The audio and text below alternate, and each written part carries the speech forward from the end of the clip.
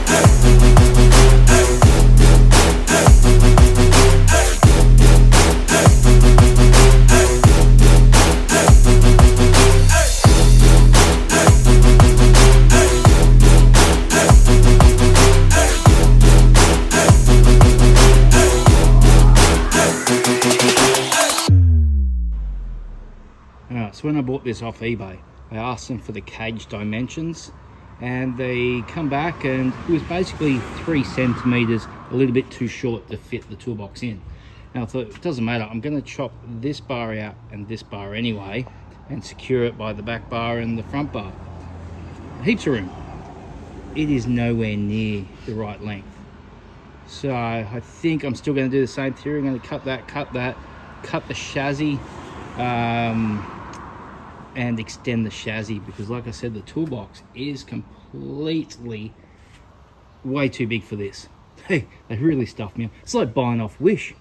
I was probably better off buying it off Wish. They might be able to give me the right dimensions. But anyway, a little bit more work, but that's me for today, because my workshop's actually just around the corner. So I'm going to pack it all up and take it around to the workshop and get into it the next day or so.